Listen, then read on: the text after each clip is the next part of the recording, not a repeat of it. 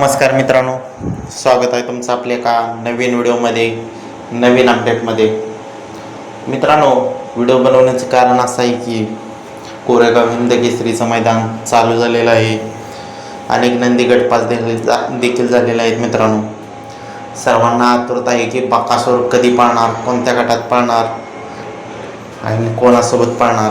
मित्रांनो, आपला लाडका द्वादशी हिंद केसरी बकासूर थोड्याच वेळात पाळण्यासाठी जाणार आहे. मित्रांनो, 6 गटाची लॉट खाली जात आहे.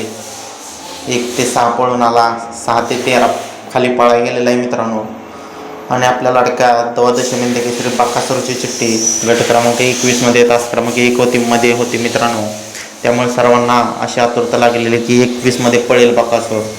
तर नाही मित्रांनो, बकासूरच्या गटात चेंजेस झालेला आहे.